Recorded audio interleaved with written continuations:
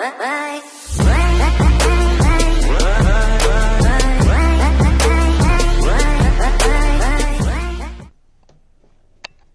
guys, welcome back to another video. Today we are going to be reading a creepypasta. If you are not in the mood for a scary story, then this is not the video for you. If you are, sit back, relax, and let's have some fun. The last storm was already on the horizon when I woke Sunday morning. It hung in the south, a solid black wall of dust, churning and seemingly motionless. I had every intention of sleeping late into the morning, as it had been my Sunday custom since Adele and the other girls had left. But in the distance, a rumbling and crackle of lightning dragged me from my bed just after sunrise. I shuffled drowsily around the farm in the early morning, latching the doors of the barn, rounding up the 2 stubborn hogs, and shuttering the windows. But soon I found myself rooted in place, captivated by the writhing shape in the sky. It stretched impossibly wide across the open sky, rolling across the border from Nebraska. The air had a dry, electric chill, and already the sickly yellow wheat swayed in anticipation. I was in a trance, eyes locked on the distance, when I saw a small light dust plume to the west, picked out in the stark contrast with the black beyond. The horse and rider at the base of the little dust devil approached the farm at a sharp trot, and my eyes blearily registered the silhouette. Carl Jordan had owned the farm next to mine for as long as my family has been in the Dakotas. I grew up with his great booming laughter warming our home nearly every night. His usual broad yellowing smile was absent beneath recently trimmed mustache and broad-trimmed black hat. His dark suit was blotted with a fine layer of grit that he had brushed absently at. Eddie. His voice was tired and small as he looked down at me. No church today? I hadn't been in a few months now, and he had admitted to me that he had envied me. I just didn't see the need any longer, and I relished the extra hours ignoring the question. What's bothering you, Carl? Maddie all right? I asked. He turned towards the south, to the storm, and sucked loudly on his lower lip.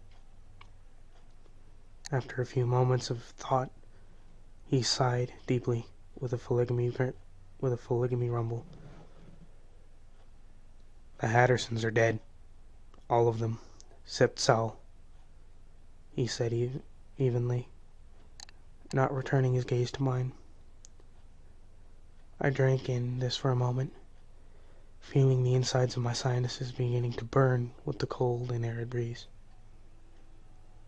I briefly dwelt upon the image of the youngest Hatterson, a tow-headed toddler with a dim-looking smile I'd seen in the general store with Saul and Molly a few days ago. How? I asked finally. He grimaced slightly, but still gazing south. Saul's missing. No one's seen him since last night. Molly and the kids are dead, and Saul's gone. It doesn't sound good. Carl slumped forward a little, and I saw, not for the first time now, but how old he was. The whole hornet's nest is stirring up over in Picton. He was going to lose his farm, they say. Fleetingly, it concerned me that I could see the connection between these facts. Maddie's fine, he said after another silent moment. Just a little ill. Thanks for asking. He broke from the black clouds and fixed his eyes on me. He offered a pale imitation of his familiar smile, but his eyes remained squinted tight, haunted. He looked as if he had more to say, but at last he just nodded and gathered his reins. "Be safe, Eddie," he says, a phrase worn smooth by repeated use, and turned towards his farm, trotting quickly, head still crooked towards the storm. By noon, I only watched as it reached up and blotted out the sun. The dust storm enveloped us, obscuring the sky like the hands of God. I did my best to ration the allotment of bourbon I poured this morning, watching the black wind scour the earth through a broken shutter. During the storms of the previous years, pale and weak compared to this tempest, Adele would huddle with the girls to read a sculpture, inevitably ending with the revelations in a hushed, reverent tone.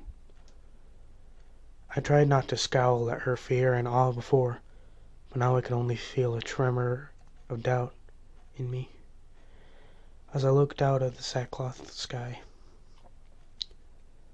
When the sky darkened a few shades at nightfall, I prepared a small meal of bread and fried eggs, and drained the rest of the bourbon.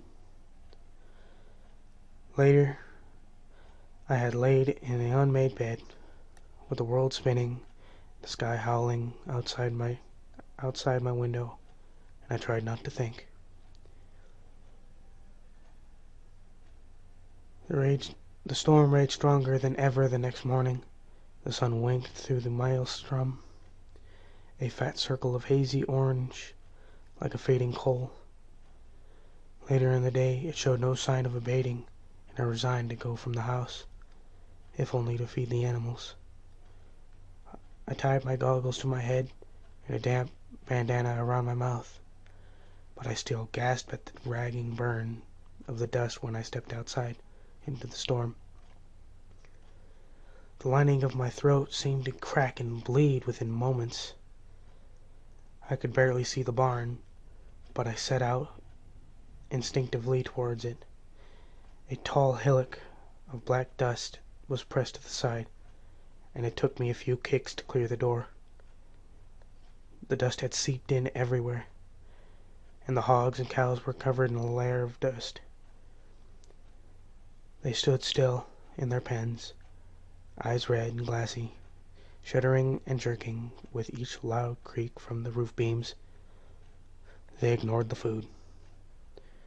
There was a twisting coil of anxiety in my chest when Carl arrived, leading the terrified horse behind him. His beard was matted with dust, and he had to sweep the lenses of his goggles clean at my doorstep. But instead of entering, he only waved me to join him. "You need to come with me," he shouted over the storm. The dust between his teeth had formed a black mud that flicked from the corners of his mouth.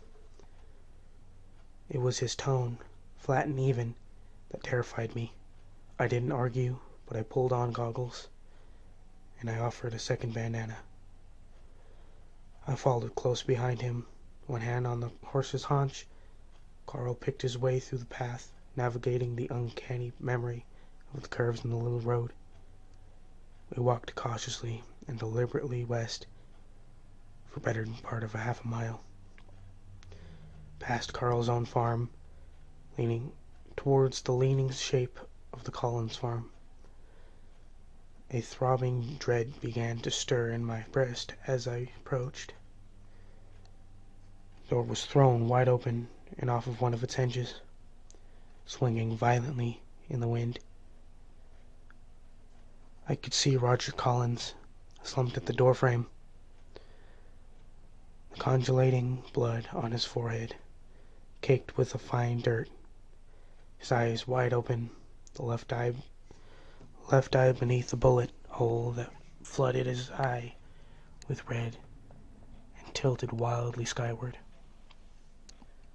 Clutched in his curled hands was a rifle with one spent casting. Abigail Collins and her youngest were inside, curled tightly around one another in the corner of the room. The flowers of blood that bloomed on the fabric of their dresses was bright and vivid. Slumped upright at the dinner table, as if ready for a meal, was another figure, filthy and caked with black dust. He seemed composed, sitting upright and proud, despite the pinprick bullet hole clean and bloodless, standing sparkly in the center of his throat.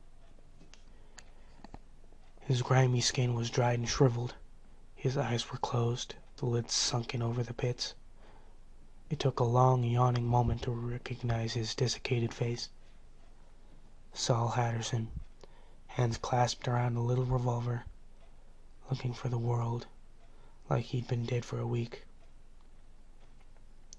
Saul Hatterson, grinning obscenely wide, showing dried black gums.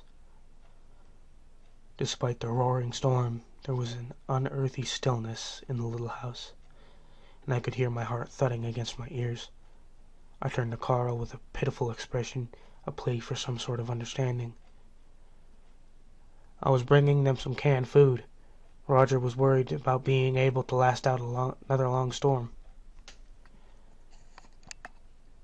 He shouted from the front porch, where he was closing Roger's eyes and wiping the blood from his hands. He looked up at me and stood. Jed's missing. I gazed around the room again before turning to Carl. You don't think that Jed... I stopped. I began letting the idea remain unsaid. Jed was a quiet and sickly kid, but something about him always had my teeth on edge. No, he barked. I don't think a 15-year-old kid could be capable of this. But I didn't think Saul was either. None of this makes sense. He brushed the lenses of his goggles clean once more. No, it doesn't, I agreed. We should head into Picton to tell someone, but I need you to drive the Collins Ford. I can make it between our 3 farms on foot reliably enough, but I don't think me or that horse could make it all the way into town. Carl looked mildly embarrassed, hidden as he was blind with dust. A Model A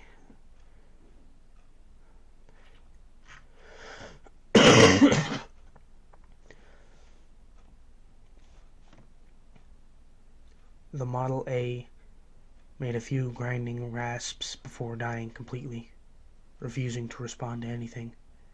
When I opened the gas cap, a damp and clumping mixture of dust and gasoline tumbled from the little opening. My breath came increasingly shallow as we moved to the Collins tractor. Unscrewing the cap, the same reeking clay was stuffed to the top of the tank. The walk back towards our farms was silent, my heart pounding as I struggled to keep my breathing steady, as the inside of my sinuses were scoured raw. First Carl's tractor, then we checked mine. Both were useless and clogged with dust. If Carl was as panicked as I was, he didn't show it. Eddie, I don't know what this means, he yelled to me as we were crouched over my tractor, the sky dimming. But I think I'd appreciate it if you stayed with me and Maddie tonight. The storm has to let up in the morning, I'm sure. I could see at last the spark of fear in his eye, and it brought me a little solace. Carl went ahead, panicky with thoughts of Maddie, sick in her bed of her own, and I agreed to follow shortly. I entered my house to gather my shotgun and a tin of coffee. I don't believe I intended to start drinking, but the bloody and crooked eye was shining wetly in my memory, and I drew from the bourbon a few soothing pulls. I recall being tired and weary from the day's grim business, but I don't remember laying down on the cool wood floor. When I woke, gripping my gun and the empty bottle, the sky was lighter, but the whirling black cloud still surrounded the world on all sides. Tuesday, I thought through the fog of pain. Or was it Wednesday? I groggily allowed the shame to flood in as I realized I'd left Carl and Maddie waiting all night. After finding all the water drained the night before, I dressed for the storm and headed out to the well. The pump strained against me as I pressed downward, bringing up the first sounds of water. What came out was a black and vicious, a thick paste. I dropped the tin bucket in disgust, feeling yesterday's dread igniting behind those alcohol aches. I turned quickly towards Carl's farm. On the road was a destination not yet visible. I turned to see behind me. There wasn't even the faint outline of my barn. In the moment, I was alone, surrounded by a wall of vibrating earth and wind on all sides. It could have been all of creation, and I would never know. It could have been the end of creation, and I would never know. I turned back towards Carl's farm and began to run in panic, frantically hoping I would not alter direction. As the small unpainted house came into view, I saw Carl's horse, laying motionless on the ground, still tied to the railing on the porch. A small dune of black dust had formed against one side. The door was wide open, slamming into the wall with a sharp crack at each breath of the storm. My panic spiked like a fever when I stepped inside, and my body began to shake violently. Maddie lay spilled over her bed, trailing sheets and shredded fragments of her nightgown. Her head was twisted, neck bruised and bent. Bulging glassy eyes seemed to stare directly at me. Her tongue was thick and black between her teeth. Seated on the bed above her, spindly legs dangling over the edge, was a dried leathery corpse of Jed Collins, the missing boy. His eye sockets gaped empty and black as he silently grinned out at the world. Carl was nowhere to be found. I backed out of the house, at last truly toning out the chaotic roar of the storm. My mind spun, trying to make sense of the utter madness, and it stoked the fires inside me. Panting desperately, dread flooded my limbs, until I found myself propelled, blind, running through the storm towards my home. I continued past the hulking silhouette of my barn, legs flooding with fire as I sucked in great lungfuls of choking dust. I thought nothing of destination. I only wanted to get as far from the storm as possible, far from the empty, charnel houses of my neighbors, and from empty eyes and wicked grins. I made it as far as the thin fork in the Missouri that carves the far edge of my land. I saw through the wall of shifting haze the black outline of the river and from a distance. When I approached, legs slowing and lungs burning, I saw the river more clearly. Wide and unearthly still, the water was black and thick, and in a mute disbelief I watched it flow, slowly like molasses under a dark and churning sky. And then I began to understand. Dust.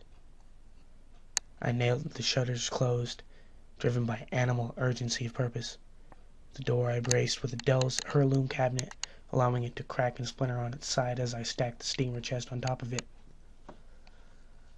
I didn't really believe that this would slow whatever was to come tonight in the howling darkness, but I wanted to have some time to know, to be sure. The last bourbon bottle lay empty on the floor, and I was glad for this, for the chance to be clear-headed at last. I sat back to the wall, facing the door with my shotgun in my hands, and I waited. It was late at night when it arrived. I could hear heavy footsteps circling the porch, pulling lightly, testing each shutter. My hands suddenly slick with sweat on the barrel of the shotgun. The shuffling footsteps stepped in front of the door, and I saw the wood flex ever so slightly as the pressure was applied. A scraping sound began to rise, hissing from the small barricade as it began to slowly slide across the floor. A force on the other side of the door increased slowly, steadily grinding against the heavy barricade until the door was open to the storm and to the night and beyond. The figure swept into the room with a silent grace that surprised me, and stood regarding me. Carl's skin seemed to crackle and go taut like paper as he moved, and in the hollow of his empty eyes were tiny twisting clouds of dust and blue ribbons of electricity arcing across the sockets. He was smiling, a smile I've never seen him make, a wide, obscure grin. I felt strange, a sort of calm, and surety of knowing, despite the impossible madness of it all. I raised the shotgun. "Eddie," the thing inside Carl hissed, in the voice grinding like sand. The corpse took another step towards me, and I saw a black trickle of mud come from the edge of his cracked lips. "Go ahead and shoot, Eddie. See what it gets you." I smiled at him, seeing the solution so clearly at last. I took a moment to be thankful that Adele and the girls were gone. Thankful in an awful way that I had struck her hard enough for her to finally leave me. This would not be the night that I die. It had moved halfway across the room now, shifting towards me, the malevolent sparks in its eyes locked on me. The now familiar dread reared up and swallowed my temporary peace. I saw, in the black whirlpool of its eyes, the great storm, covering the entirety of the earth in a final gloom.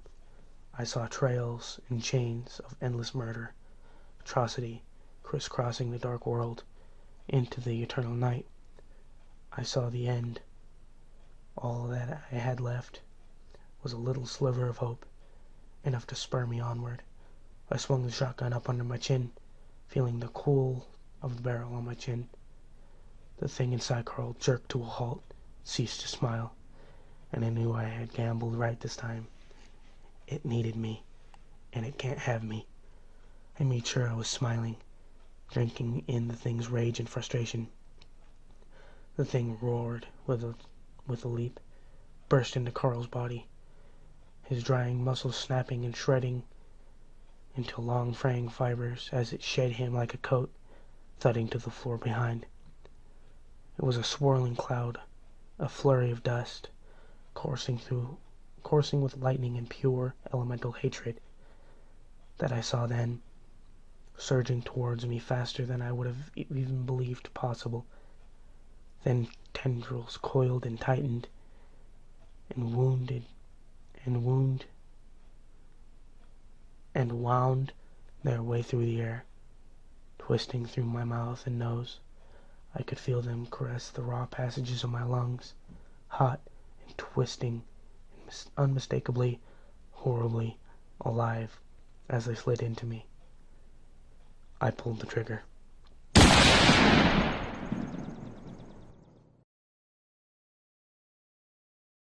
Thank you so much for listening. If you enjoyed, leave a like and a comment, and I will see y'all in the next video. Later.